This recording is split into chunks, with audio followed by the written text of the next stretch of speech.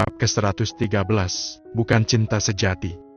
Arjun merenung di kamar, dia terus memikirkan bagaimana jika malam ini Nala menerima pinangan dari Iwan.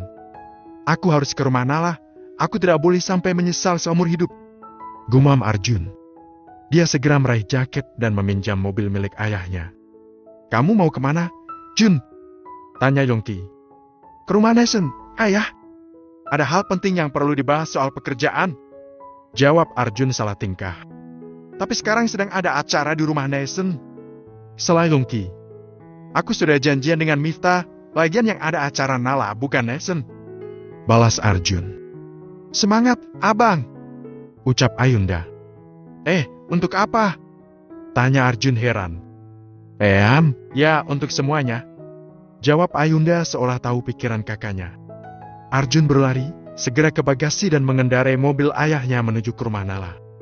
Tetapi hatinya seketika runtuh ketika dirinya melihat ada mobil milik Iwan terparkir di halaman rumah Nala. Apakah saat ini Nala sudah menerima pinangan Iwan?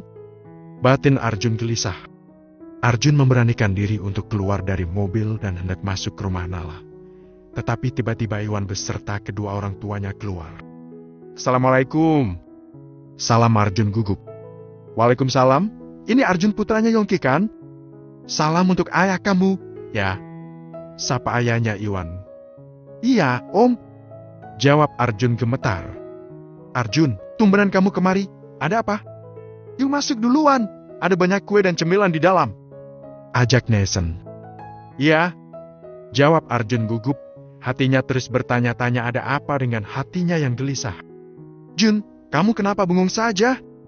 Tanya Nesen. Tidak ada apa-apa. Aku kemari hanya ingin membicarakan soal kerja sama yang kemarin kamu tawarkan itu. Sela Arjun mengalihkan pembicaraan. Ayah, kalau soal itu aku juga ada banyak hal yang mau aku bahas, balas Nesen. Sesampainya di dalam, masih ada Nala Miftah yang tengah mengobrol. Jun, ayo duduk kemari, ajak Miftah. Iya, Om, jawab Arjun patuh. Tadi Nesen sudah bercerita mengenai kalian yang mau kerja sama menciptakan ponsel canggih merek terbaru. Om sangat setuju dan mendukung kalian. Selalu semangat dan jangan mudah menyerah ya, ucap Miftah tersenyum bangga. Iya, Om, jawab Arjun masih belum bisa tenang. Jun, aku ambil berkas dan laptop aku ke kamar dulu ya. Setelah Nesen berlalu pergi. Oh ya, Nala dan Iwan sebulan lagi akan menikah. Om harap kamu bisa membantu Nesen untuk mempersiapkan acaranya, karena Om merasa sudah tua dan tidak begitu paham dengan pesta anak muda, pinta Miftah. Dek. Hati Arjun merasa hancur. Dia tidak tahu kenapa bisa sesakit ini. Tetapi ingin meminta untuk membatalkan pernikahan itu, dia juga tidak berani sebab dirinya sendiri yang bersalah karena dulu sudah melukai Nala. Ini adalah harga yang pantas dia terima karena sudah menjadi lelaki pecundang. Iya, Om, pasti aku akan membantu Nesen dan Nala. Karena kami sudah seperti saudara, jawab Arjun sekilas melirik ke arah Nala. Gadis itu menunduk dan meneteskan air mata. Kalau gitu kamu ngobrol dulu dengan Nala, Om mau masuk dulu ke kamar karena ibunya Nala kurang sehat, sela Miftah. Kini hanya ada dua orang, Nala dan Arjun yang saling membisu dalam kesunyian. Arjun menarik napas, kemudian dia memberanikan diri mengatakan apa yang ingin dikatakan sebelum Nesen muncul. Nala, maafkan aku karena aku menjadi lelaki yang tidak berguna.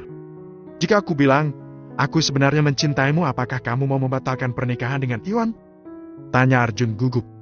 Nala segera mengangkat kepala, lalu menghapus air matanya.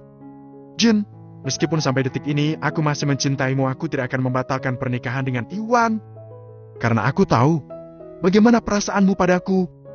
Jika kamu memang mencintaiku, tidak akan pernah ada alasan apapun kamu menolak pernikahan kita waktu itu. Dan aku tahu yang kamu cinta adalah Lucy. Kamu bukan mencintaiku, kamu hanya merasa aku wanita yang sesuai kriteria orang tuamu, jawab Nala menangis. Aku tidak mencintai Lucy. Apakah kamu yakin akan bahagia menikah dengan orang yang tidak kamu cintai? Jun, kamu mencintai Lucy. Tapi kamu menyangkalnya sebab Lucy ateis. Sama sekali dia bukan tipe istri yang kamu idamkan. Tetapi mata dan hatimu tidak bisa berbohong. Masalah aku menikah dengan Iwan, aku rasa itu adalah pilihan yang terbaik. Karena aku tahu Iwan mencintaiku tulus, aku percaya seiring berjalannya waktu, aku bisa melupakan kamu dan aku bisa mencintai Iwan sebagai suamiku.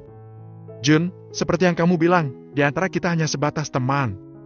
Jadi aku harap kita jangan mengungkit masalah hati atau masa lalu. Lepaskan aku. Biarkan aku menggapai kebahagiaanku sendiri. Aku sudah terlalu lelah. Selama bertahun-tahun aku menunggumu tapi kamu sama sekali tidak melihatku. Aku lelah sekali, Jun. Aku harap untuk sementara ini kita jangan saling bertemu atau menyapa dulu. Assalamualaikum. Waalaikumsalam. Nala berjalan tegas, tanpa menoleh ke belakang.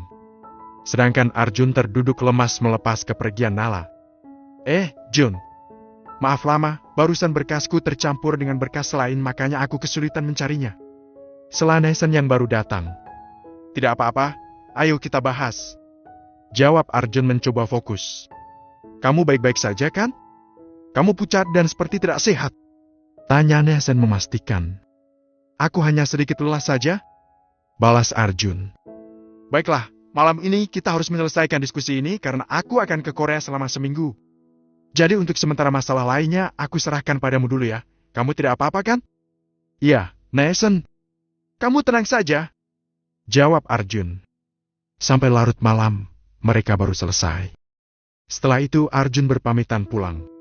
Ketika dia sudah berada di depan rumah Nesen, dia menoleh ke atas dan ada Nala yang tengah berdiri dari kamarnya. Nala!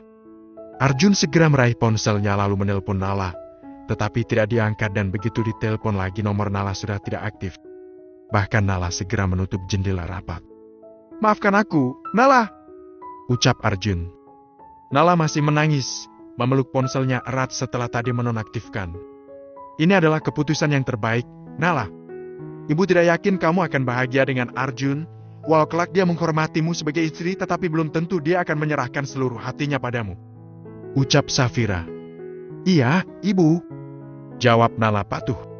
Arjun memang lelaki baik, tapi dia sendiri tidak bisa tegas dalam menentukan pilihan. Kenapa dia baru bilang mencintaimu setelah kamu bersama Iwan? Kenapa tidak dari dulu sebelum Lucy pergi? Ibu tidak rela kamu hanya dijadikan pengganti sebagai pelipur laranya. Ibu ingin kamu bahagia dan benar-benar bersama lelaki yang tepat. Bujuk Safira. Aku tahu, Ibu. Jangan khawatir lagi, aku memang sudah lelah dengan cintaku. Kalau begitu kamu segera istirahat ya. Ibu mau lihat Nesen dulu yang tengah bersiap-siap besok mau ke Korea. Bujuk Safira. Selepas kepergian Safira, Nala membuka kembali album foto yang dipenuhi foto dirinya bersama Nesen dan Arjun sewaktu bayi sampai dewasa. Arjun, aku benar-benar akan melupakan kamu. Gumam Nala memasukkan album tersebut ke kardus dan membawanya ke gudang.